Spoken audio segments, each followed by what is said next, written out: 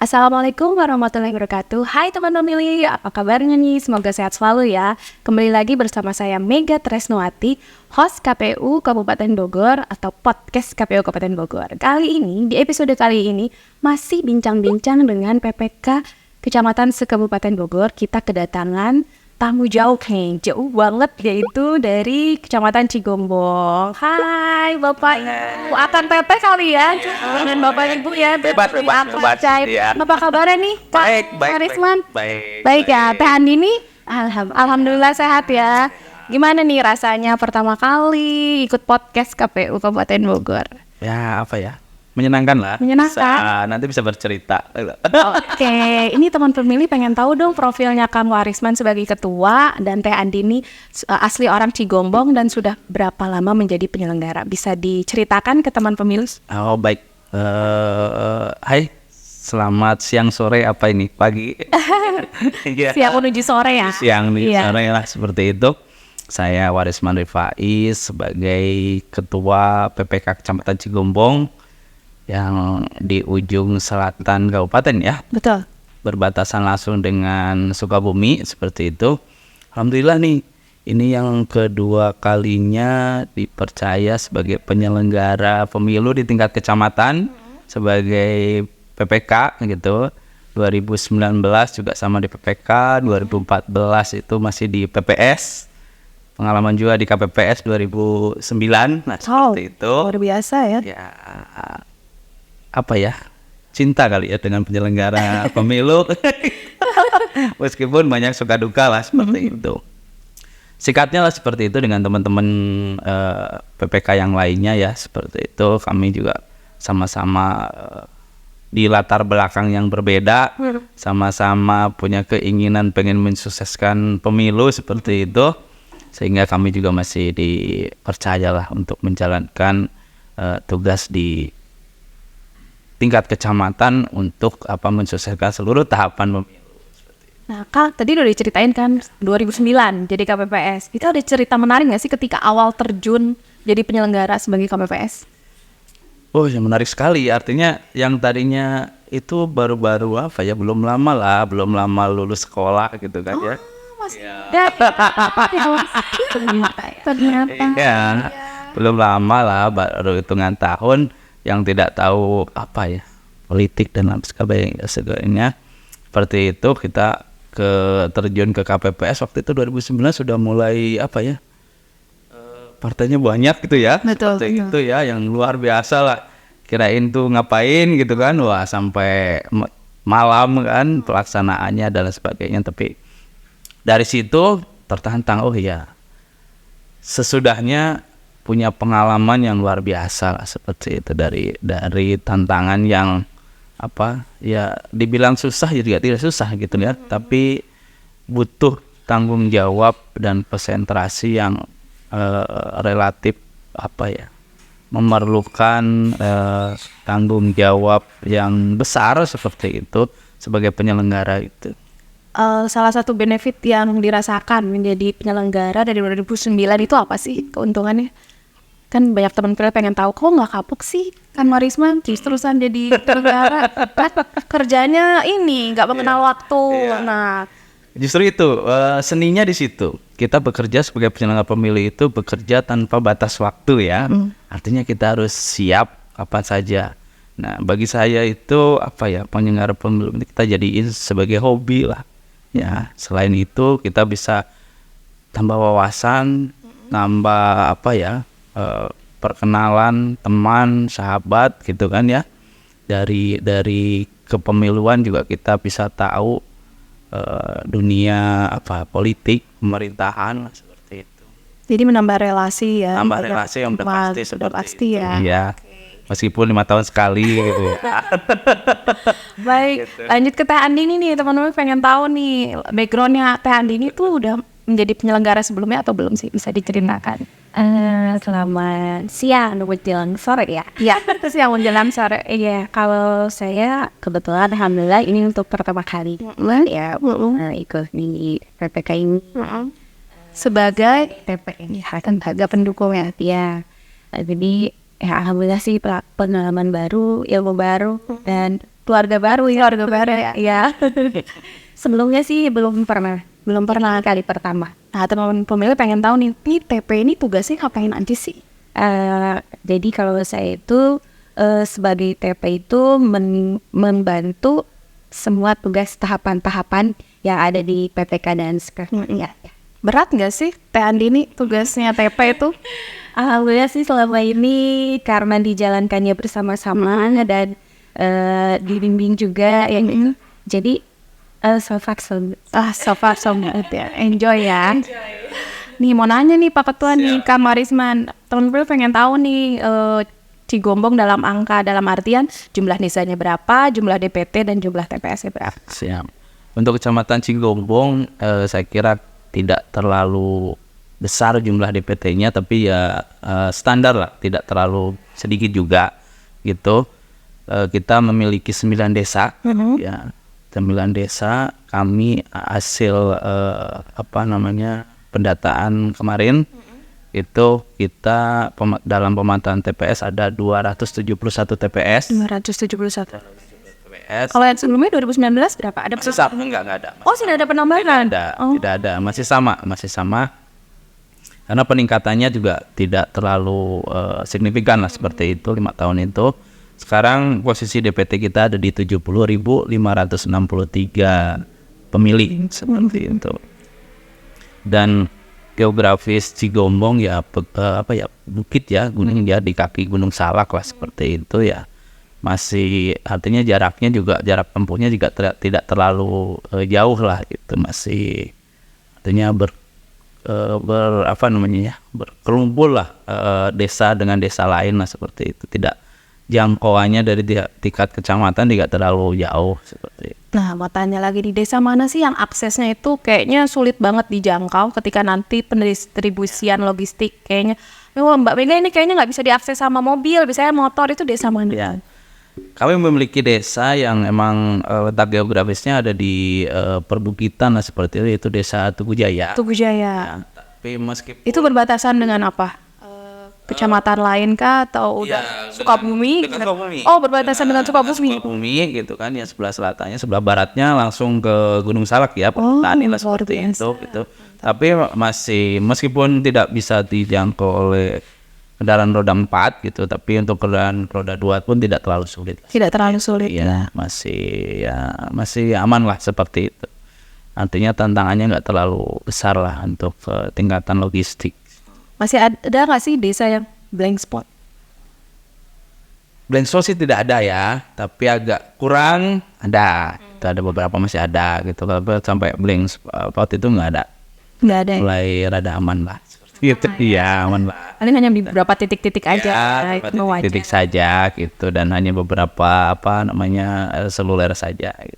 Aku pengen tahu nih, teman-teman juga pengen tahu bagaimana sih euforianya warga masyarakat Cigombong ini terhadap menjelang pemilu serentak 14 Februari 2024. Kan kemarin sempat survei juga kan ya? Ya, pada tahu nggak sih ini 14 Februari 2024 itu ada pemilu serentak? Ya, saya pikir masyarakat sudah tahu ya. Sudah tahu Ya, karena selain kami ya emang kewajiban kami ya untuk mengasih tahu kepada masyarakat, juga media massa juga terus gencar ya untuk melaksanakan sosialisasi ini.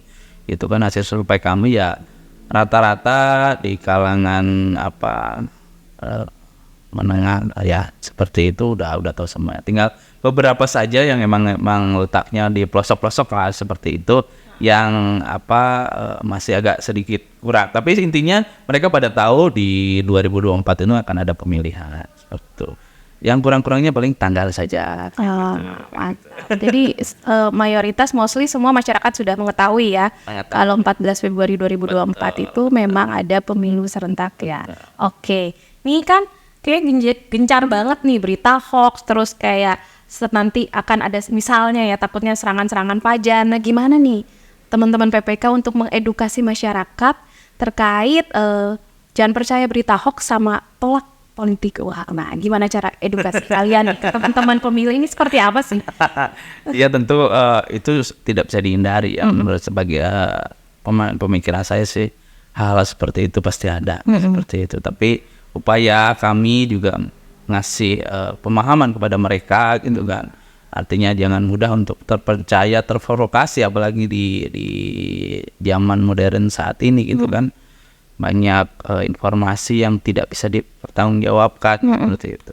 Kami juga beberapa melakukan sosialisasi ya, dan ya ke beberapa sekolah seperti itu, atau di event-event momen-momen acara di tingkat-tingkat desa kami sampaikan kepada mereka seperti itu, untuk tidak tidak menjadikan suatu informasi itu jadi suatu informasi yang akurat gitu kan, jika emang sumbernya tidak bisa dipertanggungjawabkan lah seperti itu. Artinya jangan mudah untuk diteruskan, apalagi dikonsumsi lah seperti itu. Dan nanti juga itu kami juga kasih pemahaman bahwa politik uang seperti itu kan itu juga tidak bagus ya. Seperti itu kita memilih pemimpin atau wakil-wakil rakyat kita gitu kan untuk 5 tahun mendatang kan, demi kemajuan kita semuanya, jangan terpengaruh dengan iming-iming lah yang sesaat, yang tidak seberapa menurut saya. Tapi itu saya yakin pasti ada lah seperti itu, dan sulit untuk dihindari sebenarnya. Tapi yang terpenting tadi pemahaman kita, terus kita sosialisasikan kepada mereka. Intinya supaya mereka bisa menyalurkan hak pilihnya sesuai dengan hati nuraninya gitu, tidak terpengaruh dengan iming-iming lah gitu. Ya, mantap banget kan, seru banget nih teman pemilih obrolan kita episode kali ini. Kan mau nanya lagi dong, nih tantangannya menjadi ketua PPK gimana sih? Biar gimana caranya menjaga kekompakan kalian nih antar PPK, PPS, seperti apa sih? Tantangannya masih banyak. Menjaga soliditas. Ya betul, tantangannya masih banyak. Sangat-sangat. Sebenarnya kalau dijalanin itu berat. Dibilang berat ya. Karena kenapa kita dengan latar belakang yang berbeda. Betul. Artinya kita juga tidak latar belakang kita tidak punya pekerjaan sebagai penyelenggara pemilu di tingkat kecamatan PPK saja kan. Kita punya kesibukan masing-masing dengan berbeda-beda kesibukan gitu kan. Tapi bagaimana kita berkomitmen dari awal itu kan, kita profesional. Artinya apapun latar belakang kita, pekerjaan kita, ketika kita dihadapkan dengan tahapan, harus kita kerjakan bersama-sama sesuai dengan voksinya lah seperti itu. Dan kami rutin tiap minggu mengadakan briefing lah ya. Rapat pleno bersama. Seminggu sekali ya. Meskipun terkadang apa yang akan kita bahas, setidaknya kita bisa berkomunikasi, bercerita dengan apa yang sudah kita laksanakan dan apa yang akan kita laksanakan seperti itu. Kita tadi yang tadi sampaikan Andi, berat tidak? Oh tidak. Karena apa? Kita kerjakan secara bersama-sama, bareng-bareng gitu kan. Gitu, dan kita saling membantu menutupi, artinya ketika emang tupoksi itu tidak bisa dilaksanakan, yang lain bisa menghandle gitu ya. Kalau ada anggotanya yang ngeyel, sudah dikasih tahu gimana nih Pak Ketua menyikapinya nih, kan pasti ada aja. Ada aja, betul. Ini sabar banget ya kamarnya. Ya, boleh menambahkan. Balik tamu. Gimana kalau misalnya ada anggota yang susah banget sih dikasih tahu, nggak mau diajak kerja tuh gimana nih? Cara mentreatmentnya tuh biar dia semangat lagi buat kerja. Artinya kan tidak meskipun saya sebagai ketua kan artinya saya bukan satu-satunya menjadi leader yang utama gitu kan. Keputusan bersama gitu kan. Ketika ada salah satu yang artinya tidak sepemahaman gitu kan, kami misalkan masih ada berempat atau teman-teman sekretariatan gitu, akhirnya ya kalah dengan sendirinya lah, artinya akan ikut yang lebih banyak seperti itu. Tapi insya Allah kami solid gitu, baik kami di PPK-nya ataupun teman-teman sekretariatnya, apalagi luar biasa lah gitu, membantu kami melaksanakan seluruh tahapan tanggung jawab kami gitu kan, baik itu di tahapan teknisnya maupun di tahapan keuangannya gitu. Seperti itu ya. Tadi pertanyaan dong, harapannya Teh Andini untuk pemilu serentak 14 Februari 2024 seperti apa harapannya? Harapannya singkatnya mungkin semoga sukses tanpa ekses ya. Dan semoga pemilih-pemilih baru itu semua sih sebetulnya semua orang pilih bisa menentukan pilihannya dengan bijak. Dan untuk pemilih baru bisa menentukan pilihan juga dan tidak ada. Apa tuh harapannya apa nih?